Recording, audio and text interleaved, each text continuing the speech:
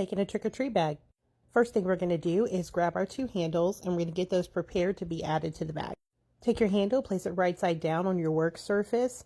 Then you're going to take the long edges, fold them into the center. They should be butting right up against each other.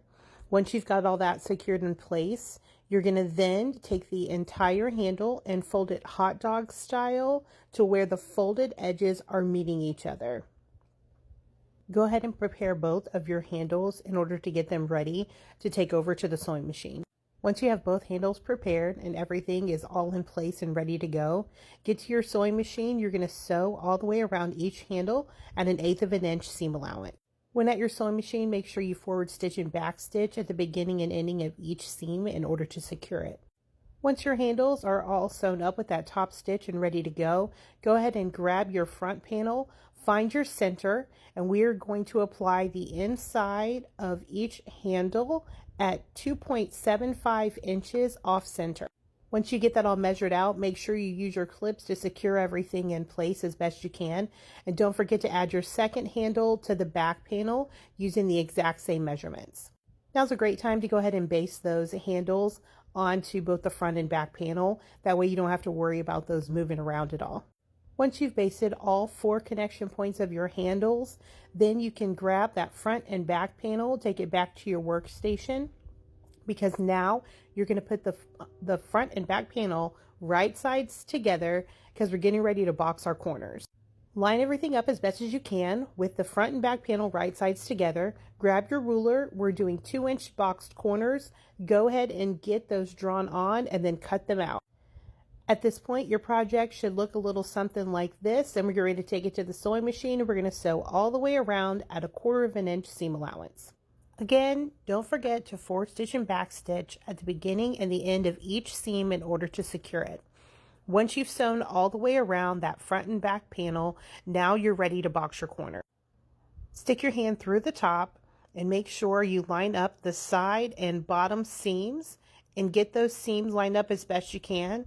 Throw a clip on there, and then we're going to sew at 1/4 of an inch seam allowance all the way across that boxed corner.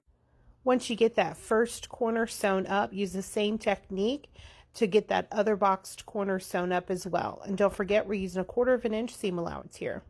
At this point, we have the outside main fabric of this project all finished up. So now it's time for us to grab those 2 lining pieces so that we can work on getting that lining prepared.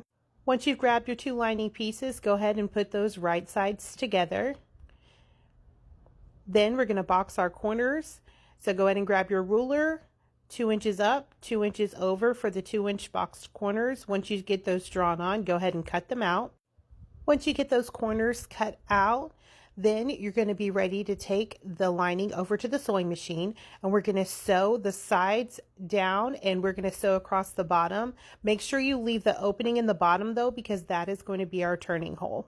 For the seam allowance here, I start at the top at 1/4 of an inch and I slowly work my way up to a 1/2 inch seam allowance by the time I get to the bottom. Here at the bottom, you're going to go a 1/2 inch seam allowance. Don't forget to leave that turning hole. And then once I get to the other side, at the bottom, I start at a 1/2 inch seam allowance and I taper that down to 1/4 of an inch by the time I get to the top. This makes sure that the lining is a little bit smaller than the outside so it fits a little more snug.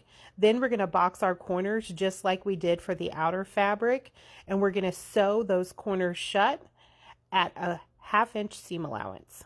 After you finish closing up that second corner on the lining, now's a good time to make sure that you just trim all the little scraggler threads that are sticking out everywhere.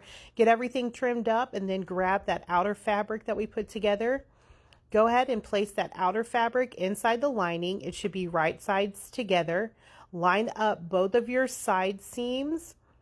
And then from there, you want to double check to make sure that your handles are placed.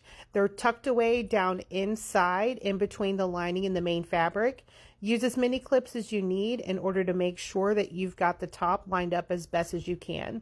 At this point, I like to sew in the round, and I'm going to be sewing at a 1/2 inch seam allowance all the way around the top of the bag. Once you've sewn all the way around to attach the lining to that outer fabric, now you're ready to use that turning hole that we left open in the lining in order to turn the entire project right side out.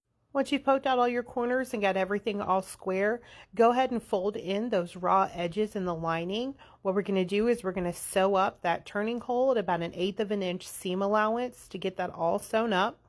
Then you're going to tuck that lining back inside the outer fabric. And now we're going to put 1/4 of an inch top stitch all the way around the top of the project in order to finish this off. As you're sewing that finishing top stitch, be careful not to sew your handles. Just make sure you keep them out of the way. And there you have it. You've got a trick or treat bag.